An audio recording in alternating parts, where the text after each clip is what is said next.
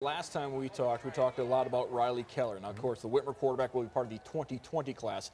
In the meantime, Ohio State has a little bit of an interesting conundrum when it talks about recruiting a quarterback for 2019. On one hand, with Dwayne Haskins and Tate Martell and Matthew Baldwin, you don't need a quarterback, but at the same time, you've got to have a quarterback in every recruiting class. And right now, there just doesn't seem to be that great fit for 2019. Well, they definitely need a quarterback in 2019, and for a number of reasons. As you said, there's only 3 on the roster.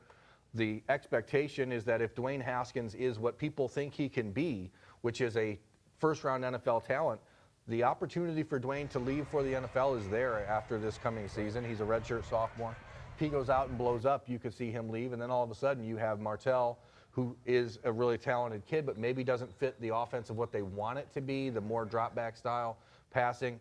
Matthew Baldwin, who's a true freshman, is coming off a torn ACL that he suffered in the final game of his high school career, so you don't know what you're going to get with him. The new redshirt rule, which means the NCAA now allows you to play 4 games and still redshirt, will help Baldwin develop. But, you know, the Buckeyes kicked around the tires on Hunter Johnson, who ended up committing to Northwestern, who was a transfer from Clemson.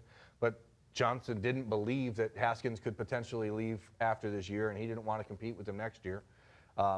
Graham Mertz, who's committed to Wisconsin, who's Ohio State's top pick at 2019 quarterback, was coming to Ohio State this coming weekend and opted out of that visit. He had agreed to go and changed his mind, is now solid with Wisconsin.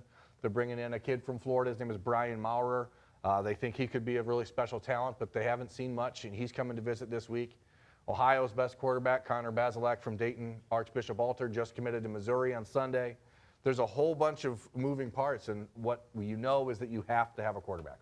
You look at what Ohio State's been able to do in a couple of the other quarterback recruits. Obviously, you bring in a Stephen Collier, who may not have done much on the field, but was huge behind the scenes for Ohio State. Going back even further, Kenny Guyton was a guy that was a little bit under the radar that certainly was a very capable backup for both Braxton Miller and then later with JT as well. Is there an under-the-radar guy out there that Ohio State's going to have to maybe focus on for 2019? If there is, they don't know it yet, I don't think. I mean, Kenny Guyton was a guy that they found in December or January in the 2009 class. Stephen Collier was an Elite 11 finalist in 2014, but they knew that he was a developmental guy, and he never really got a chance to develop because of JT Barrett and Cardale Jones and Braxton Miller.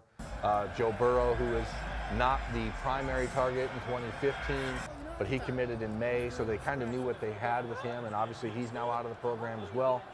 They need that top-tier guy, and you need that in every class at Ohio State. So who it is right now, they're still looking at Dwan Mathis, Michigan State's commitment, up from Oak Park, Michigan. They'd like to get him in for a visit. They don't know if they can. He's committed to the Spartans. Mark D'Antonio doesn't like when his players visit anywhere else, especially Ohio State, as Gavin Cupp from Leipzig found out a few years ago. And then Brian Maurer, the kid from Florida who's coming in on Thursday. So that's really where their focus is, and if something falls apart with either of those two, all of a sudden it's back to the building blocks for Ohio State, and it's a difficult spot to be in because there's not a great quarterback in this class. Quarterback's always the focus of a football team and quite often the focus of a recruiting class as well. I want to thank Jeremy Birmingham from LettermanRow.com once again for joining us.